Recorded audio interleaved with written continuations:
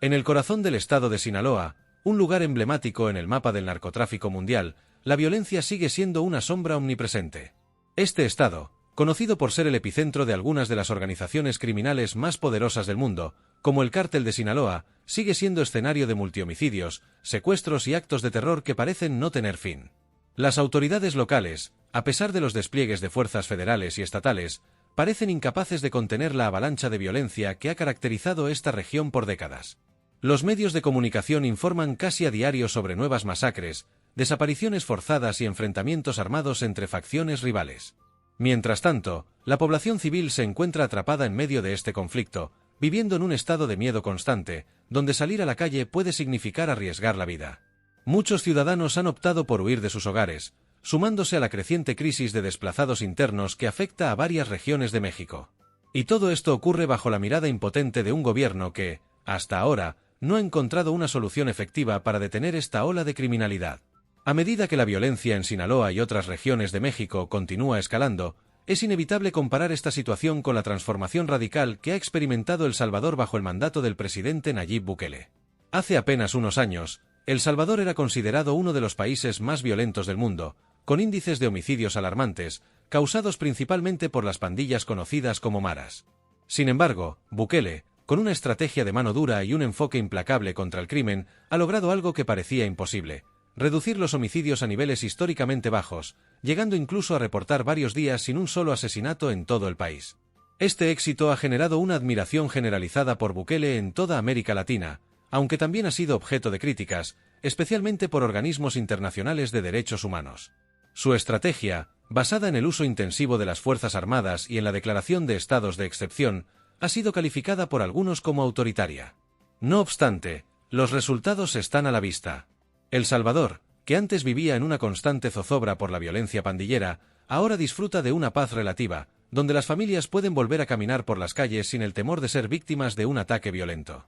Es aquí donde surge una comparación inevitable entre los enfoques de Bukele y el de Claudia Sheinbaum, la recién electa presidenta de México.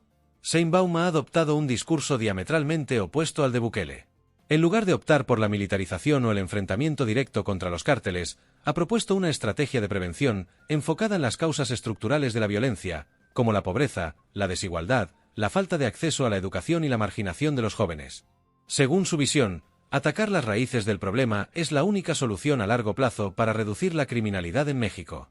En sus primeras declaraciones tras asumir la presidencia, Sheinbaum dejó claro que su gobierno no repetirá los errores del pasado. Nosotros no vamos a regresar a la guerra frontal contra el narcotráfico. Vamos a atacar las causas de la violencia.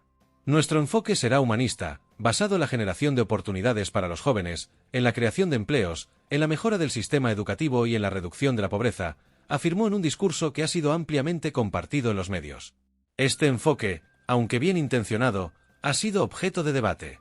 En un país donde la violencia es una realidad cotidiana, donde los cárteles tienen un control territorial en varias regiones, y donde las instituciones del Estado han sido infiltradas por la corrupción, muchos se preguntan si una estrategia basada únicamente en la prevención será suficiente.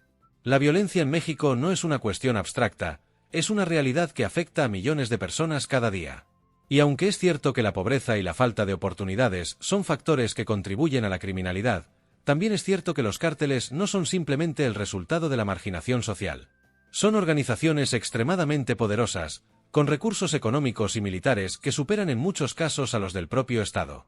Uno de los problemas más graves que enfrenta el gobierno de Sheinbaum es la corrupción, un mal que ha carcomido a las instituciones mexicanas desde hace décadas. La colusión entre políticos, fuerzas de seguridad y narcotraficantes ha permitido que los cárteles crezcan y se fortalezcan. En muchas regiones, los ciudadanos no confían en la policía, porque saben que muchas veces está al servicio del crimen organizado. La impunidad es la norma, y la justicia es un lujo que pocos pueden permitirse. En este contexto, resulta difícil imaginar cómo una estrategia que no incluya una acción directa contra los cárteles pueda tener éxito. Además, Sheinbaum enfrenta un desafío enorme al intentar implementar su política de prevención en un país tan grande y diverso como México. Las causas de la violencia no son las mismas en el norte que en el sur, ni en las zonas rurales que en las urbanas. Mientras que en algunos lugares la pobreza y la falta de oportunidades son los principales motores del crimen, en otros, el problema tiene más que ver con el control territorial y el tráfico de drogas a nivel internacional. Esta complejidad hace que cualquier política de seguridad en México deba ser multifacética, combinando la prevención con la represión del crimen. Mientras tanto, la estrategia de Bukele en El Salvador sigue generando controversia, pero los números no mienten. Los homicidios han caído a niveles nunca antes vistos, y la percepción de seguridad entre los salvadoreños ha mejorado significativamente. A pesar de las críticas, muchos países de la región están observando de cerca lo que sucede en El Salvador, preguntándose si este enfoque de mano dura podría ser replicable en otros contextos. En México, la situación sigue siendo crítica. En lo que va del año, ya se han registrado más de 30,000 homicidios, sumando a los más de 190,000 que ocurrieron durante el gobierno de López Obrador. Estos números son aterradores, y reflejan la magnitud del problema que enfrenta el país.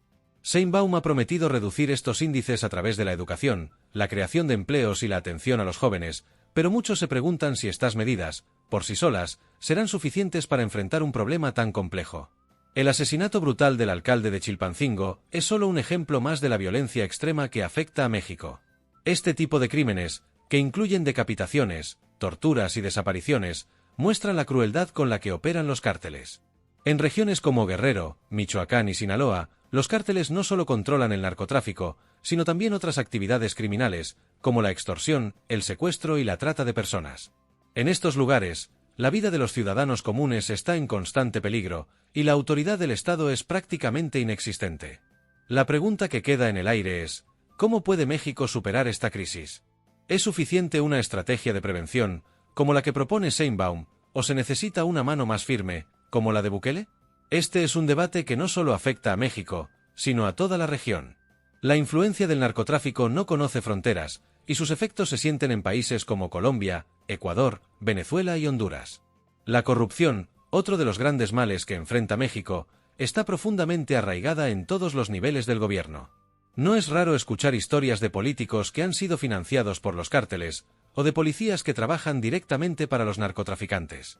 Esta corrupción sistémica hace que sea aún más difícil para el gobierno implementar cualquier tipo de reforma efectiva. Y aunque Sheinbaum ha prometido combatir la corrupción, lo cierto es que esta tarea será monumental. El presidente de El Salvador, Nayib Bukele, ha sido uno de los pocos líderes en la región que ha declarado una guerra abierta contra la corrupción. Vamos a perseguir a los corruptos, estén donde estén. No importa cuán poderosos sean, no importa cuántos millones tengan. Con Dios y el pueblo de nuestro lado, venceremos, declaró Bukele en un discurso que resonó en todo el continente. En El Salvador, esta lucha ha sido efectiva, y muchos funcionarios corruptos han sido encarcelados. Pero en México, la situación es más complicada. La corrupción está tan profundamente arraigada que desmantelar estas redes requerirá un esfuerzo titánico.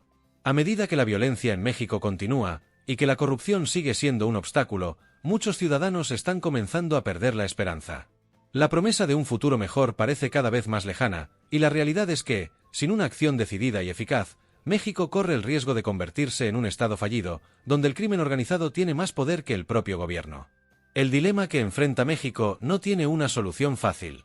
Mientras que Sheinbaum propone un enfoque de largo plazo, basado en la prevención y la atención a las causas estructurales de la violencia, Bukele ha demostrado que la mano dura puede ser efectiva en el corto plazo. La gran pregunta es si México puede encontrar un equilibrio entre estos dos enfoques, y si podrá superar los obstáculos que le impiden avanzar hacia un futuro más seguro y justo para todos sus ciudadanos. Y así llegamos al final de este análisis sobre la violencia en Sinaloa y la respuesta del gobierno mexicano frente a esta compleja situación. La lucha contra el crimen organizado y la corrupción es un desafío que requiere de soluciones integrales y efectivas. Mientras países como El Salvador han optado por enfoques radicales con resultados inmediatos, México se encuentra en un momento crucial en su búsqueda de un camino más sostenible. Te invito a que dejes tus comentarios sobre lo que piensas acerca de las estrategias propuestas por Claudia Sheinbaum y cómo crees que debería enfrentar el reto de la violencia en el país. ¿Crees que una estrategia de prevención puede ser efectiva en un contexto tan complicado, o es necesaria una respuesta más contundente? Si te ha gustado este vídeo, no olvides darle like, suscribirte y activar la campanita para no perderte futuros contenidos sobre temas que impactan nuestra realidad. Gracias por acompañarnos y hasta la próxima.